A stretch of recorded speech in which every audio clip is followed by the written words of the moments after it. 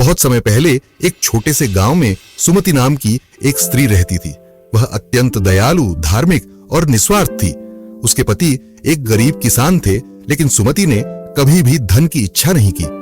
वह प्रतिदिन शिव मंदिर जाकर भगवान शिव और माता पार्वती की आराधना किया करती थी। एक दिन गांव में एक भयंकर अकाल पड़ा। लोग भूखे मरने लगे।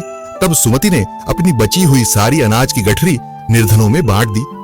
जब उसके पति ने उससे कहा, हमारे लिए क्या बचा है?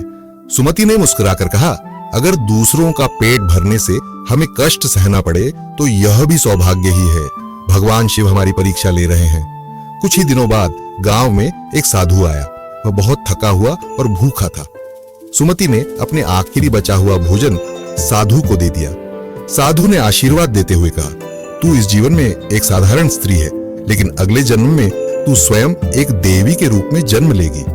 सुमति ने कहा, यदि मेरा जीवन किसी और के लिए उपयोगी नहीं हुआ तो मेरा जन्म व्यर्थ है।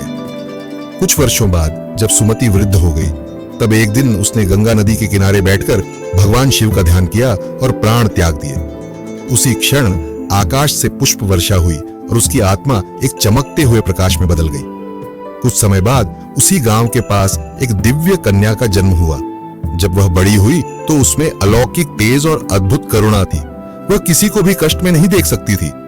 जब वह पहली बार मंदिर गई तो भगवान शिव की प्रतिमा से प्रकाश निकला और एक आकाशवाणी हुई, यह कोई साधारण स्त्री नहीं, सुमति का ही पुनर्जन्म है।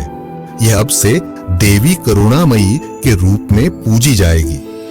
लोग उसकी करुणा और दया से इतने प्रभावित हुए कि उन्होंने उसे देवी करुणामयी के नाम से पूजा।